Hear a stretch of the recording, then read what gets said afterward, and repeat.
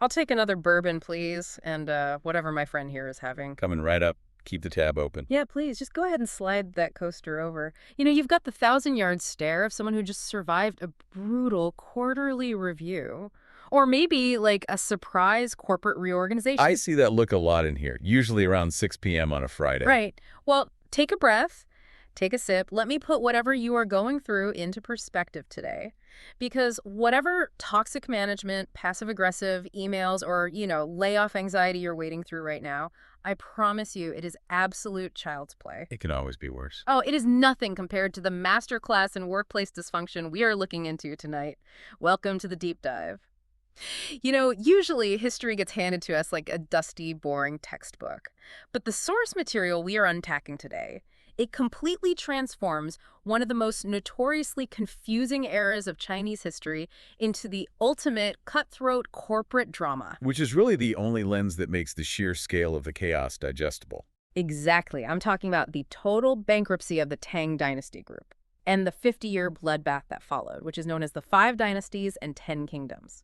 We're looking at a period where the traditional tools of human ambition, right, like broadswords and cavalry, they perfectly mirror modern boardroom proxies and hostile takeovers. Yes. So just to get you up to speed, imagine this scenario. You've got the Tang Dynasty group. This is a massive, centuries-old monopoly. We are talking the Standard Oil, the Microsoft, the absolute apex predator of its industry. Untouchable. Untouchable.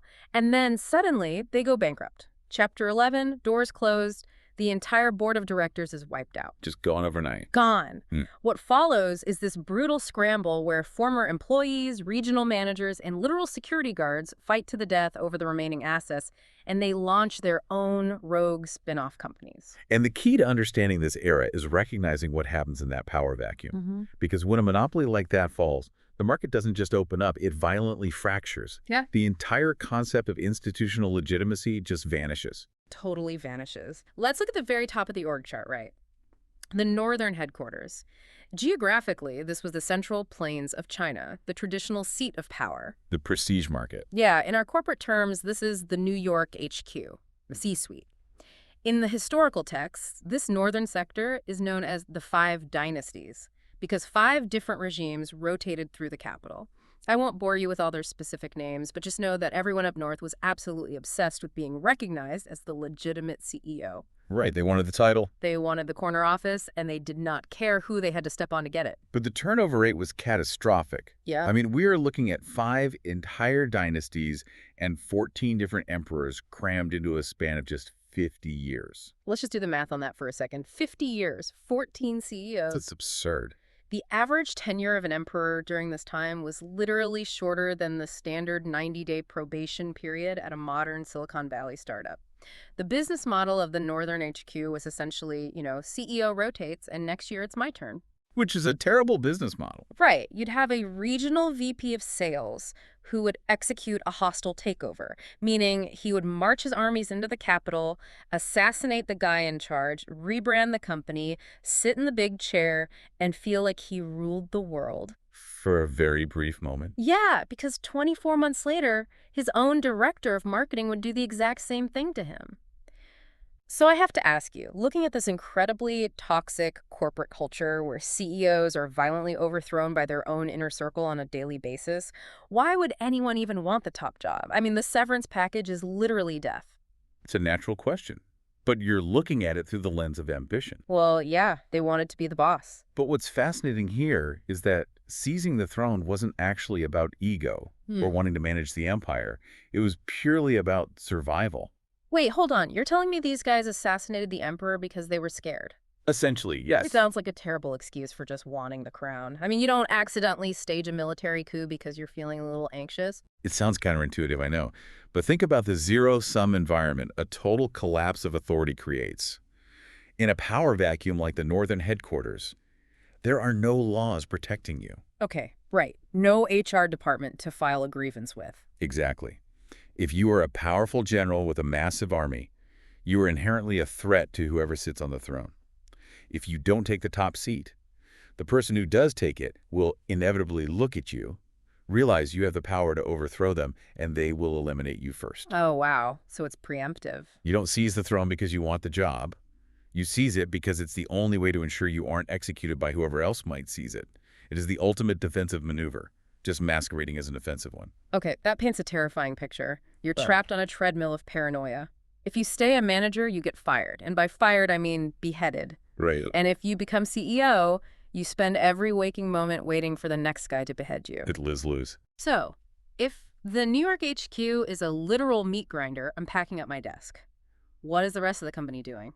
Let's pivot our attention to the South, which history calls the 10 Kingdoms. The South is where the story shifts from a tragedy to something highly pragmatic. These were the regional branch managers. Okay. And what was their strategy? There were about 10 major breakaway states down south, and they looked at the absolute dumpster fire happening up north and effectively said, we are opting out. They engaged in the ultimate historical version of quiet quitting. Very much so. They ignored the corporate emails, they severed ties with HQ, and they declared independence, forming these localized startups. They were like a rogue California branch office that entirely ignores the parent company's implosion, refusing to answer the phone while pivoting to artisanal coffee. Well, D in ceramics, but yes. Right. Instead of fighting for the aptly dangerous title of legitimate CEO of the Tang Dynasty Group, they just focused on hitting their Q3 profit margins. They did. And they capitalized heavily on geographic advantages. The terrain in the south, the rivers, the lakes, the mountainous borders. It acted like a natural non-compete clause. A non-compete clause. I love that. It insulated them from the heavy cavalry charges of the northern armies.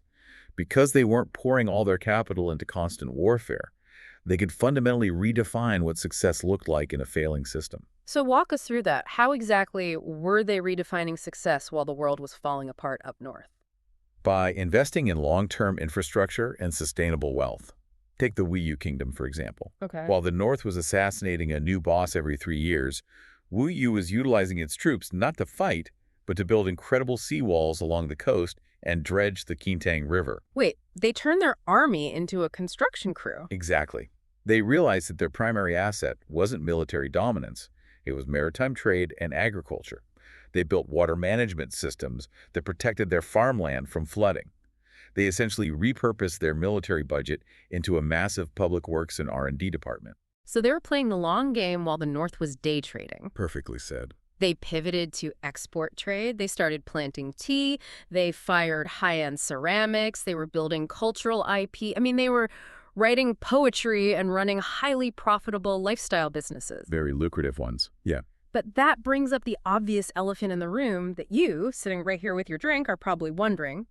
If the South is blatantly ignoring HQ, printing their own money, and running these highly profitable startups, why didn't the Northern CEOs just initiate an aggressive audit? Meaning an invasion. Yeah, why not march an army down there and forcefully liquidate the southern branches? Because the North was completely paralyzed by its own internal structural flaw.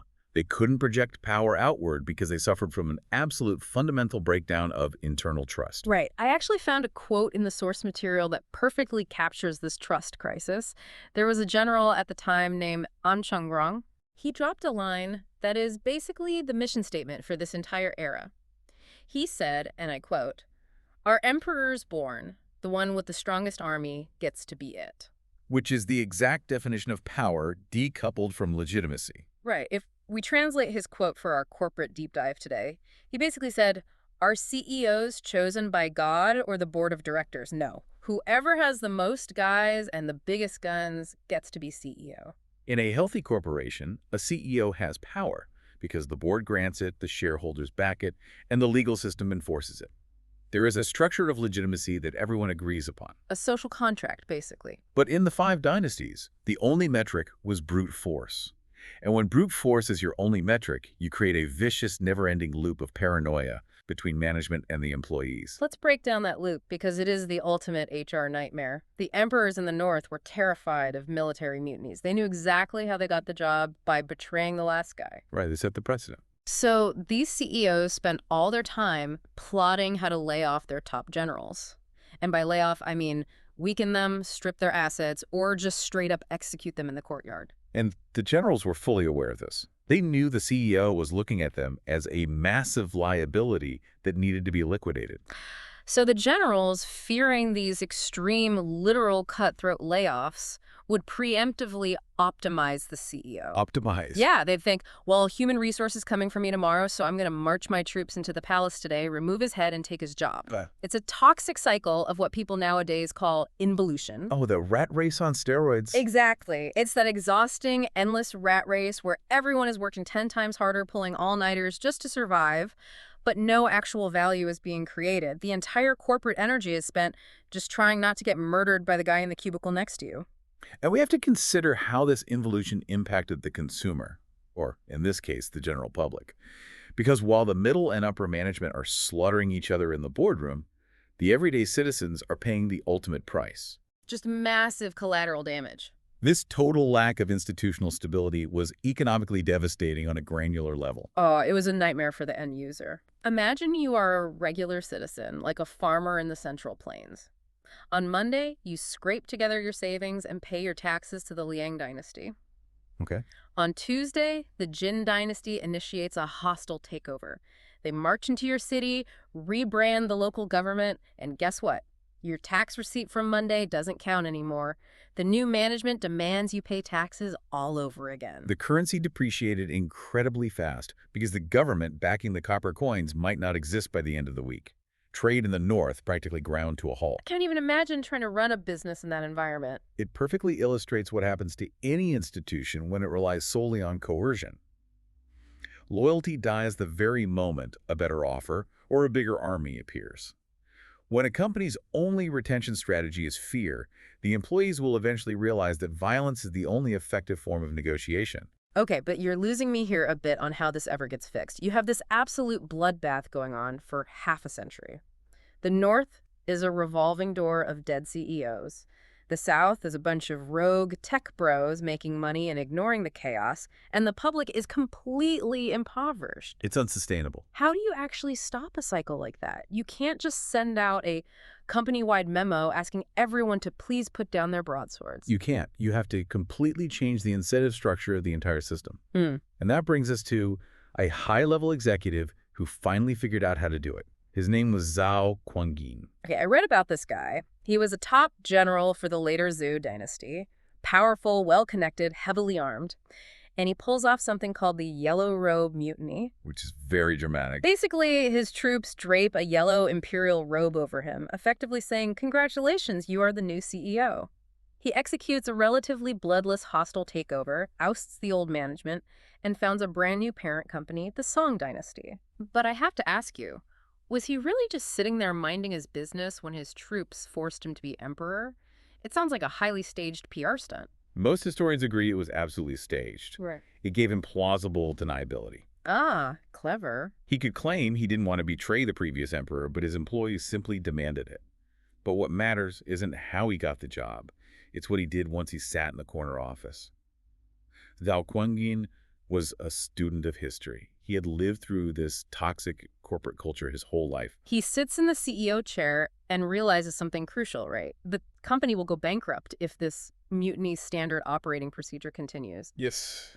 He knows that if he just plays the game the way his predecessors did, in 3 years, one of his own drinking buddies is going to stage their own PR stunt, drape a yellow robe over themselves, and chop his head off. Exactly. He needs a permanent solution. Yeah. He orchestrates what is arguably the most brilliant management pivot in historical governance. It's an event famously known as the cup of wine releases military power. Set the scene for us.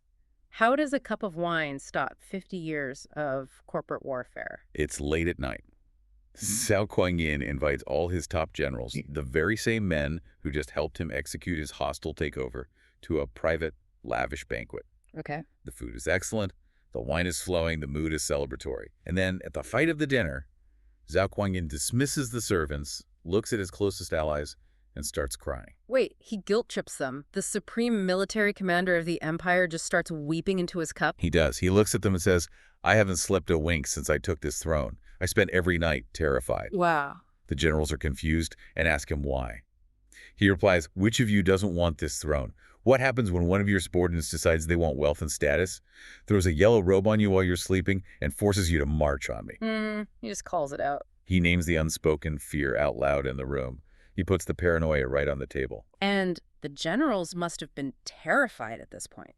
Because historically, when the CEO invites you to dinner and says, I think you might betray me, it means the HR executioners are waiting outside the door with axes. Precisely.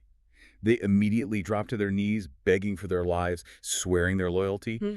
But Zhao Kuangin doesn't order their execution. Instead, he offers them a revolutionary deal. Okay, what's the deal? He tells them that life is short, and the ultimate goal of ambition is just to enjoy wealth and leave something for your descendants.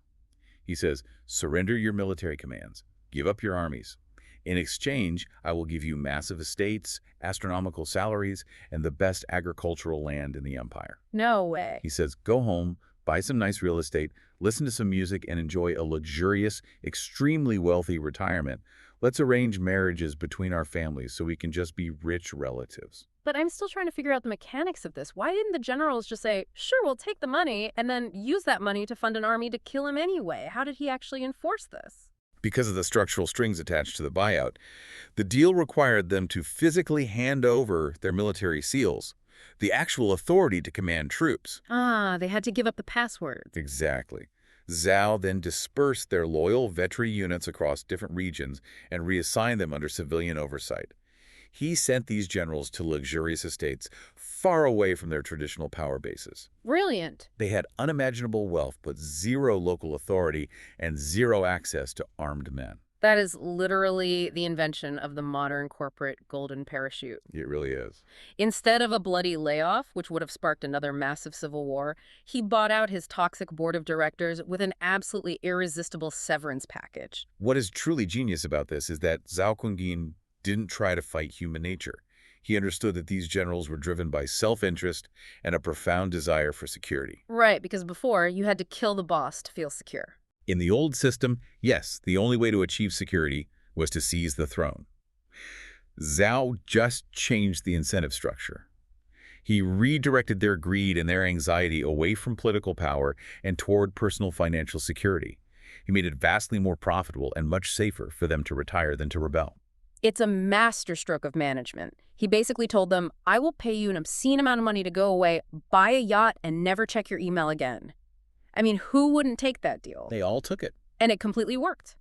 By buying out the military strongmen, Zhao forced a hard pivot for the new company. He established a system that prioritized civil administration over military might. He rewrote the corporate bylaws to ensure that pencil-pushing bureaucrat scholars who had passed exams held the real managerial power, not the guys carrying the swords. He finally ended the chaos of the 5 dynasties. It stabilized the empire internally. It was the definitive end of the warlord era. So let's bring this all back to you, sitting here with your drink. The takeaway from tonight's deep dive is pretty clear. The next time you feel like your workplace is overly competitive, hyper-stressful, or heavily bogged down in that toxic involution we talked about, well, just take a deep breath and think of the 5 dynasties and 10 kingdoms. Puts things in perspective. It really does. Today, a really bad day at work means you miss a deadline, you lose a client, or, you get yelled at by your boss in a Zoom meeting. Back then, a bad day at the office meant the CEO getting permanently optimized by employees carrying broadswords, your entire division being literally wiped out, and the currency in your pocket becoming completely worthless by Friday. It does make a bad performance review seem a bit more manageable. Just a bit.